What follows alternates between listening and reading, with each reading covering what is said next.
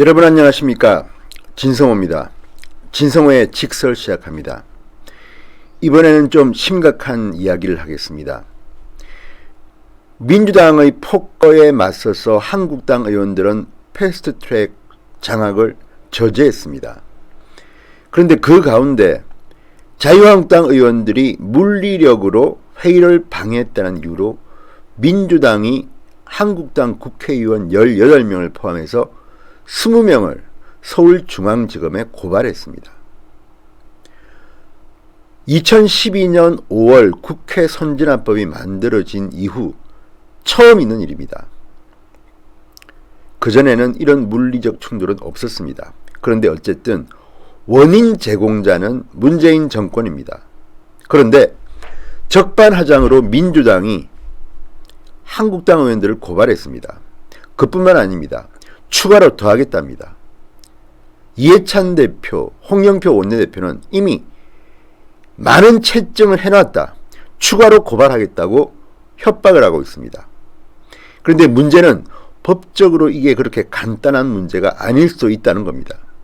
사실 과거에 국회 폭력하면 보수정당은 아니었습니다. 보수정당은 야당인 시절에도 폭력은 행사한 적이 거의 없었습니다. 오히려 해머를 들고 국회 외통위 회의실을 부수고 유리컵을 던지고 최루탄을 터뜨리고 별의별 폭력을 다했던 것이 저들입니다. 물론 최루탄을 터뜨리거나 국회 경위를 뺨으로 때린 의원들은 법적 처벌을 받았습니다만 이번에는 좀 사정이 다릅니다. 과거에는 국회 관습범으로 당연히 용인됐던 일들입니다. 과거에 국회 회의 방해를 무력으로 했던 사람들이 누굽니까? 그렇지만 국회는 법에 호소하지 않고 다 내부적으로 넘어갔습니다. 국회 회의실에서 해머를 휘두른 문학진 의원도 국회 내부 징계만 받았습니다. 법적 처벌은 받지 않았던 걸로 기억합니다. 그런데 민주당이 고발해버렸습니다. 서울중앙지검에 고발했습니다. 윤석열 지검장이 있는 경우입니다. 만약에 민주당의 고발을 서울중앙지검이 수사를 통해서 이거 혐의가 인정된다 기소를 하잖아요. 그러면 법원에서 판단을 하게 됩니다. 그런데 여러분 아시다시피 지금 대한민국의 사법부 어떤 상황입니까? 대법원은 저쪽 편에 장악됐다고 말들 합니다. 최근에 김명수 대법원장이 공관 재테크 문제로 비판을 받았습니다. 흠이 많은 분들이 대법원에 있습니다. 만약에 이들이 민주당의 구매에 맞게 판결을 한다면 한국당 의원들은 엣지가 날아갈 수도 있습니다. 재판 속도에 따라 달라지겠지만 다음 총선 출마 못할 수도 있습니다. 국회 선진화법에 따라서 벌금 500만 원 이상만 받으면요 5년 동안 피선거권이 박탈됩니다. 무시무시한 분위기입니다. 그래서 이제 오늘 황교안 대표도 광화문 집회에서 가장 먼저 18명의 한국당 의원들을 위로하고 격려했습니다. 걱정하지 마, 우리가 있다. 변호사들이 300명이 도운다. 이런 말들을 했습니다. 그런데 걱정스러운 것은 저들이 어떤 사람들입니까?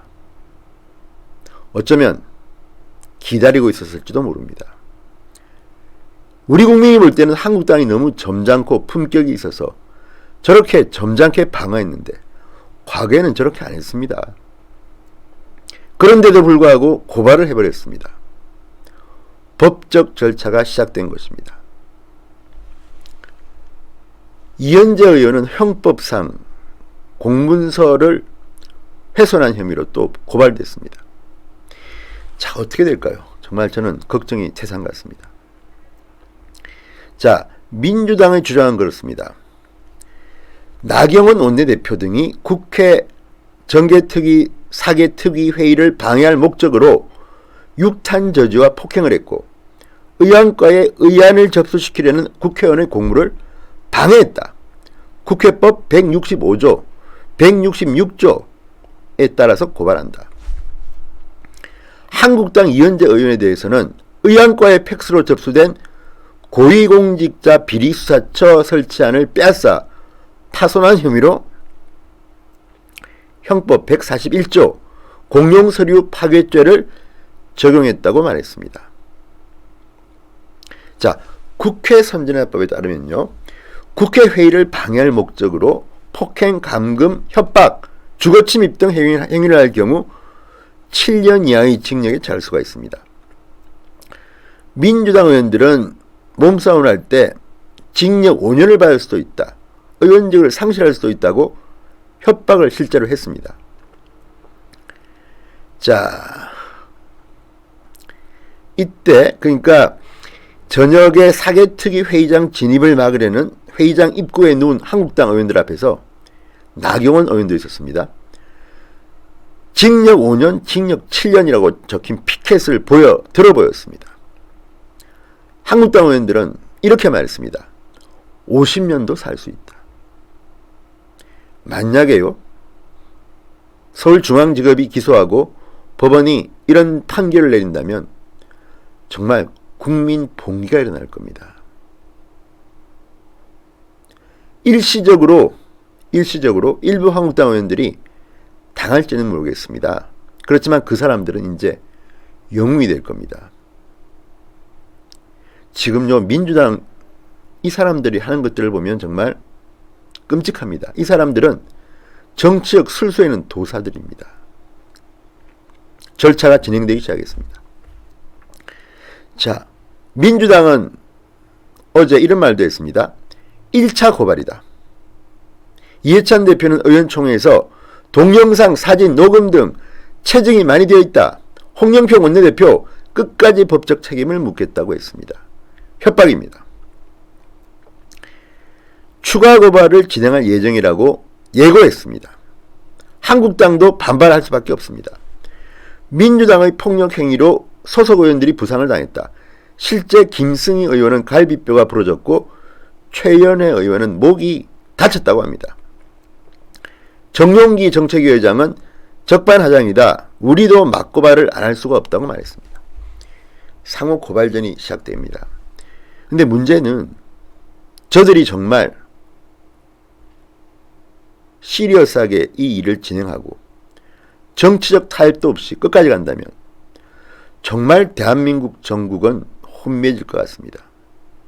지금 문재인 대통령은 경제를 파탄내서 IMF 이후의 설비 투자가 최악입니다. 16년 만에 1, 4분기 성장이 마이너스가 됐습니다. 이런 말도 안 되는 경제 성적표를 받았고 김태우, 신재민, 손혜원, 김은경 전 장관 정말 엄청난 일들이 지금 진행되고 있는데 국회 패스트트랙 문제로 지금 사실 사라져버렸습니다. 어쩌면 민주당이 노리는 게 이게 아닐까 싶기도 합니다. 민주당은 법적 대응을 통해서 한국당 의원들을 압박하고 있습니다. 사실 이게 말은 쉽지만 이런 고발을 당한 국회의원들은요, 심리적으로 걱정이 안 될 수는 없을 겁니다. 배지가 날아가는 일입니다. 제가 제안합니다. 차라리 이럴 거면 국회의원 배지 한국당 의원들 다 던져버리십시오. 이게 뭡니까 대한민국이. 이런 가운데 조국이라는 자는, 민정수석이라는 자는 대놓고 협박을 합니다. 조국수석은 어제 페이스북에 국회법 165조, 166조, 공직선거법 119조, 형법 136조와 141조 내용을 적어서 올렸습니다. 뭐겠습니까? 아까 제가 설명해드린 그 내용들입니다. 국회 선진화법, 국회법입니다. 165조, 166조에 따라서 회의 진행을 무력으로 방해하고 할 경우 7년 또는 5년 이하의 징역, 벌금을 맞을 수가 있는 겁니다. 그리고 500만 원 이상의 벌금형을 받으면 5년간 피선거권이 박탈됩니다. 이게 공직선거법 19조입니다. 조국이 왜 이 조항을 올렸겠습니까? 왜 올렸겠습니까? 협박입니다. 아니, 고소해야 하고 있을지도 모르겠습니다. 이게 그동안에 장관 후보자 하나 제대로 검증 못하고 무능해가지고 비판받았던 자가 할 짓입니까? 정말 대한민국 정치가 실종됐습니다. 죽었습니다. 이 모든 게 제가 볼 때는 문재인의 책임입니다. 협치라는 게 이제는 없어졌습니다. 야당을 인정하지 않습니다. 이해찬 대표는 여당 대표라는 사람이 정조 이후에 김대중, 노무현, 문재인 대통령 빼고는 우익 또는 독재? 이거는요, 본인들이 독재를 하겠다는 이야기입니다. 야당을 인정하지 않겠다는 이야기입니다. 그리고 법적 대응 끝까지 가겠다고 합니다.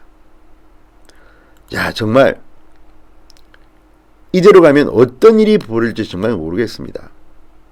그렇지만 분명한 것은 대한민국 국민들은 내년 총선에서 이들을 심판할 것이라는 것, 그리고 상황이 한 명이라도 배지가 날아가거나 출마를 못하는 일이 보일 때는 한국당 의원들 모두 배지 던져버리십시오. 진성호의 직설이었습니다. 여러분 감사합니다.